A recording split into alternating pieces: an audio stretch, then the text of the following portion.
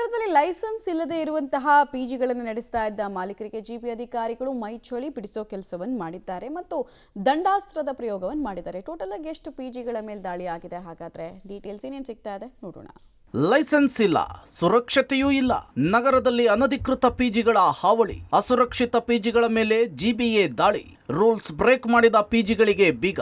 ಬೆಂಗಳೂರು ನಗರದಲ್ಲಿ ಇತ್ತೀಚೆಗೆ ಅನಧಿಕೃತ ಪಿಜಿಗಳ ಹಾವಳಿ ಹೆಚ್ಚಾಗಿದೆ. ಕಾಸಿಗಾಗಿ ರೂಲ್ಸ್ಗಳನ್ನೇ ಬ್ರೇಕ್ ಮಾಡಿ ಬಿಸ್ನೆಸ್ ಅಡ್ಡಗಳನ್ನಾಗಿ ಮಾಡಿಕೊಳ್ಳಲಾಗ್ತಿದೆ. ಇದೀಗ ಲೈಸೆನ್ಸ್ ಇಲ್ಲದ ಅಸುರಕ್ಷಿತ ಪಿಜಿಗಳ ಮೇಲೆ ಜಿಬಿಎ ದಾಳಿ ನಡೆಸುತ್ತಿದ್ದು, ರೂಲ್ಸ್ ಬ್ರೇಕ್ ಮಾಡಿದ ಪಿಜಿಗಳಿಗೆ ಬೀಗ ಜಡಿದು ದಂಡಾಸ್ತ್ರವನ್ನ ಪ್ರಯೋಗ ಮಾಡ್ತಿದೆ. ಪಿಜಿ ಮಾಲೀಕರ ತುರ್ತು ಸಭೆಗೆ ಕರೆ, ಸರ್ಕಾರದ ನಿಯಮಗಳ ಪಾಲನೆಯ ಬಗ್ಗೆ ಚರ್ಚೆ. ಕೇಂದ್ರ ನಗರ ಪಾಲಿಕೆಯ ವ್ಯಾಪ್ತಿಯಲ್ಲಿ 321 ಪಿಜಿಗಳನ್ನು ಪರಿಶೀಲಿಸಿ ನಿಯಮಗಳ ಉಲ್ಲಂಘನೆ ಮಾಡಿದ ಪಿಜಿಗಳ ಲೈಸೆನ್ಸ್ ರದ್ದು ಮಾಡಲಾಗಿದೆ. ಈ ಬೆಳವಣಿಗೆಯ ಬೆನ್ನಲ್ಲೇ ಎಚ್ಚೆತ್ತುಕೊಂಡ ಪಿಜಿ ಮಾಲೀಕರ ಸಂಘ ಪಿಜಿ ಮಾಲೀಕರ ತುರ್ತು ಸಭೆ ನಡೆಸುವುದಕ್ಕೆ ಮುಂದಾಗಿದೆ.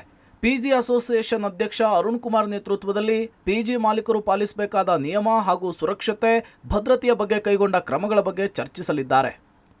ಈಗ GBA ಆದ ನಂತರ ಇನ್ಸ್ಪೆಕ್ಷನ್ಗಳು ಮಾಡ್ತಕ್ಕಂಥದ್ದು ಮತ್ತು ಪ್ರತಿಯೊಂದು ಮಾರ್ಗಸೂಚಿನೂ ಪ್ರತಿ PG ಮಾಲೀಕರು ಕೂಡ ಅದನ್ನು ಪಾಲನೆ ಮಾಡ್ತಕ್ಕಂಥದ್ದಕ್ಕೆ ಈಗಾಗಲೇ ನಾವು PG ಅಸೋಸಿಯೇಷನಿಂದ ಕೂಡ ಪ್ರತಿ ಗ್ರೂಪ್ಗಳಲ್ಲಿ ಅವರಿಗೆ ಸಂಬಂಧಪಟ್ಟಿರೋಂಥವರು ಲೈಸೆನ್ಸ್ ಪಡಿತಕ್ಕಂಥದ್ದಾಗಿರಲಿ, ಫೈರಿಗೆ ಸಂಬಂಧಪಟ್ಟಿರೋದಾಗಿರಲಿ, ಶುಚಿತ್ವಕ್ಕೆ ಸಂಬಂಧಪಟ್ಟಿರೋದಾಗಿರಲಿ, ಸೆಕ್ಯೂರಿಟಿ ಮೇಂಟೆನೆನ್ಸ್ ಇದ್ರ ಬಗ್ಗೆ ಆಗಿರಲಿ, ಆಮೇಲೆ ಫುಡ್ ಲೈಸೆನ್ಸ್ ತೊಗೊಳ್ಳೋಂಥ ವಿಚಾರವಾಗಿರಲಿ, ಪ್ರತಿಯೊಂದು ಕಾನೂನುಬದ್ಧವಾಗಿ ನಡೆಸ್ತಕ್ಕಂಥ PGಗಳಿಗೆ ಯಾವುದೇ ರೀತಿಯಾದಂತಹ ತೊಂದರೆಗಳಾಗ್ತಕ್ಕಂಥದ್ದು ಆಗಲ್ಲ.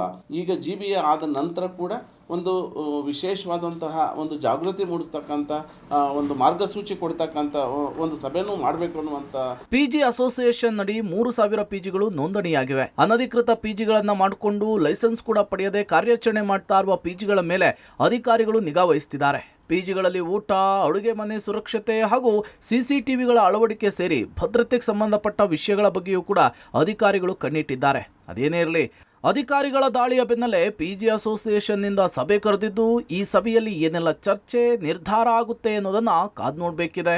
Prakash, public TV, Bengaluru.